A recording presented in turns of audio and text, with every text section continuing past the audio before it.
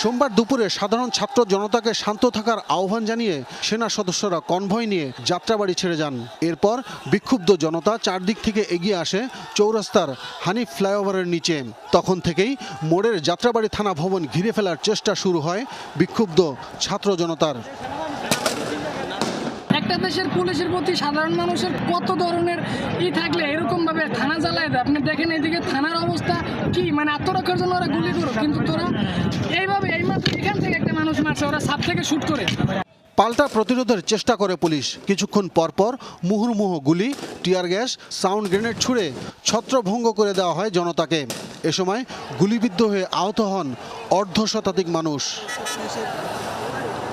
উত্তেজিত জনতা, তারা কিন্তু তাদের উত্তেজনা একদমই কমছে না। তারা বিক্ষিপ্ত, তারা বিক্ষুব্ধ, তারা পুলিশের উপরে খুবই সংক্ষুব্ধ। এর মাঝেই সেনাবাহিনীর সদস্যরা আবারও ফিরে এসেছিলেন।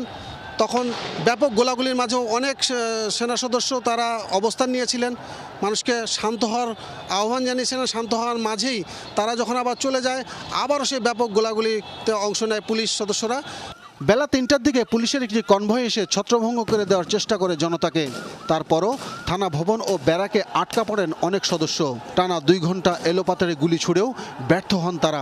একসময় থানা কম্পাউন্ডের দেয়াল ও গেট ভেঙে ঢুকে পড়েন বিক্ষুব্ধরা। ভাঙচুরের পর দেওয়া হয় আগুন। ভেতরে টিকতে না পেরে বেরিয়ে আসা পুলিশ সদস্যরা আক্রোশে পড়েন বিক্ষুব্ধ জনতার। লুট করা অস্ত্র নিয়ে উল্লাস করতে দেখা যায় অনেককে। বিকেল ৫টার দিকে বাড্ডা, খিলক্ষেত, ভাটারা থানাও চতুর্দিক থেকে আন্দোলনকারীরা ঘিরে রাখে। থানায় আটকে পড়েন পুলিশ সদস্যরা। আন্দোলনকারীরাও বিভিন্ন ধরনের স্লোগান দিয়ে ইটপাটকেল ছুড়ছেন। পরে আগুন দেওয়া হয় থানায়, লুট করে নেওয়া হয় অনেক অস্ত্র।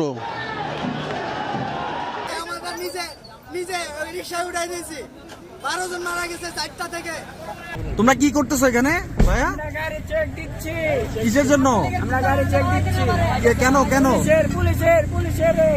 পুলিশের পাইলে ওরা তো দিব। চোখের সামনে 5টা মানুষ এক লোকে শেষ। হ্যাঁ, চোখের সামনে 5টা মানুষ এক লোকে শেষ। কোথায় কোথায় কোথায় কোথায় এটা? এই যে সামনে ছাত্রলীগের পোলাপাইনদের হাতে পিস্তল তুলে দিছে শেখ হাসিনাই। আমরা যখন আজকে 3টার পরে জানতে পারলাম না ভাই, জানার পরে দেখা গেছে যে এখন পর্যন্ত যে বাড্ডা থানা থেকে যে ফায়ার করতেছে শুধু সাধারণ জনগণের উপর। এখন পর্যন্ত যারা সেনাবাহিনী যখন 7টা সাড়ে 7টার দিকে আসছে, সেনাবাহিনীর পর্যন্ত তারা সময় দেয় না, সেনাবাহিনীর গায়ে তারা ফায়ার করছে। ইভেন এই জায়গায় আমরা না পারতে এই জায়গায় ব্যারিকেড দিয়ে রাখছি যাতে করে তারা সবাই জানতে পারে যে ওদিকে এখন আর সমস্যা। এখন কারা করতেছে এটা গুলি? এটা এখন তো পুলিশ, আমরা জানা মতো পুলিশটাই করতেছে ভাই। পুলিশ করতেছে ভাই, কারণ এটা প্রোটেস্ট করার মতো এখন তো কেউ নাই। রাস্তা যদি কাদেরকে গুলি করতেছে? কাদেরকে? সাধারণ জনগণ যারা এই রোড ধরে যাওয়ার চেষ্টা করতেছে তাদেরকে গুলি করতেছে।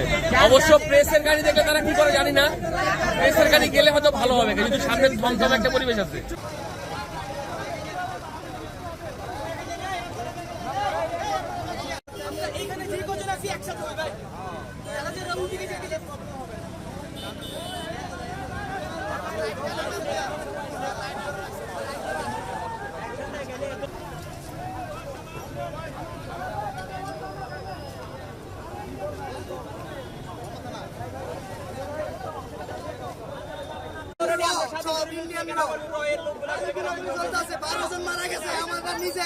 নিজে রিক্সা উঠাই দিয়েছি। 12 জন মারা গেছে 4টা থেকে। সাধারণ জনগণ মাইরা ফেলছে ওরা। অনেক দিয়ে এখান থেকে এলোমেতারি গুলি করে এয়ারপোর্টে গেছে, কারে নিয়ে, ভিআইপি নিয়ে। আমরা এত কিছু করলাম, ছাত্রলীগের প্রমাণ আমাদের 12 জনের উপরে সাধারণ মানুষ মেরে ফেলছে অলরেডি। আমরা ওদের চাইতে পারছি একজনকে গুলি করে যাওয়ার সময় যখন আমরা আন্দোলন নিয়ে যাই, তখন শুরু থেকে তারা খুব সমস্যা সৃষ্টি করে এবং তারা এমন ভাবে গুলি করে। একটা ভাইয়ের এই জায়গায় গুলি লাগছে, এই গুলিটা উড়ে গেছে। কোথায় কোথায় গুলি করতে? আমরা তো চলে গেছি, তারপরে এই যে কি অবস্থাটা সেটা আমরা তো তথ্য জানি নাই। সাড়ে 7টার থেকে বিকালের দিকে। আরে ভাই ওটা থানা কিনা? থানা থেকে আগুন দিছে, আমরা তো চলে গেছি, আমরা তো চলে আসছি।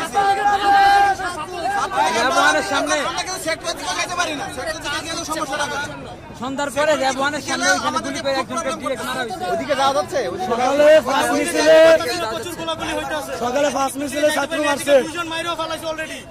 মারছে, গুলি করে প্রথমে। তারপরে গ্রেনেড মারছে, গ্রেনেড মারছে,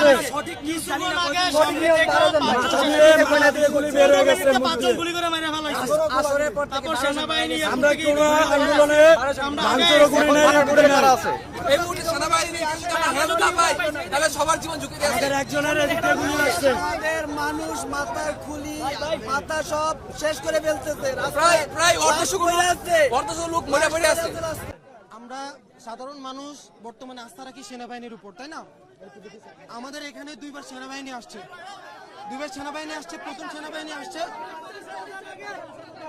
প্রথম সেনাবাহিনী যারা আসছে তারা 3টা গাড়ি নিয়ে আসছে।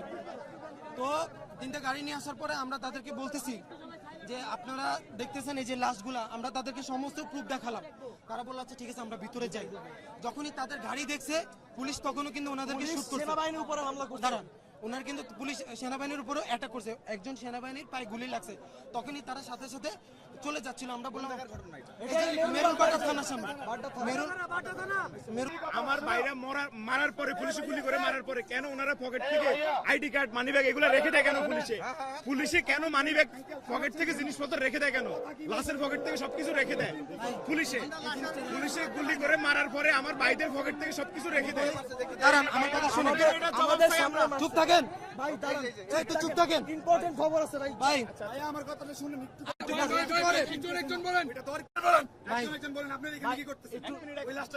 আরে বাবা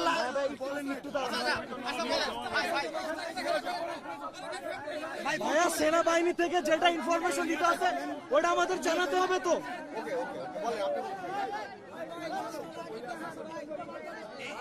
এই যে ভদ্রলোককে দেখতেছেন,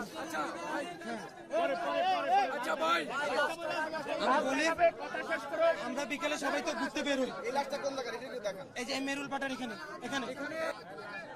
এখানে হচ্ছে আমরা 3:30 4টার দিকে তো সবাই বের হয়েছি, তাই না? কেউ ঘুরতে বের হয়েছে, কেউ হয়তো কাজে বের হয়েছে, তাই না? এখন বের হয়েছে যখনই এই লাশগুলো নিয়ে এভাবে যাওয়া হচ্ছে, সবার প্রশ্ন যে লাশগুলো কোথা থেকে আসতেছে। প্রায় 4-5টা লাশ না না না নিয়ে যাচ্ছে, হসপিটালের দিকে নিয়ে যাচ্ছে। ভিতরে 50টা লাশ আছে। এটা সাধারণ মানুষ, সাধারণ জনতা, শিক্ষার্থী, এরকম 50টা লাশ আছে। আমি একটু ভিডিও করতে গেছিলাম, এই ছেলে প্রায় 5টা লাশ আমার পায়ের তলে পড়ছে। পরে আমি এগুলো ভিডিও করছি। এবং যে অনেক লাশগুলা এগুলার বেওয়ারিশ, এগুলার আইডি কার্ড নাই। যত ছাত্র জনতা বের হয়েছিল আমাদের মতো ভাই, এই যে ভিডিওতে যারা দেখলেন পুলিশ আমাদের সামনে ভাই দাঁড়ান একটা মিনিট, পুলিশ 5টা 6টা পর্যন্ত সাধারণ জনতা এবং শিক্ষার্থীর উপরে গুলি। এটা কোনো কথা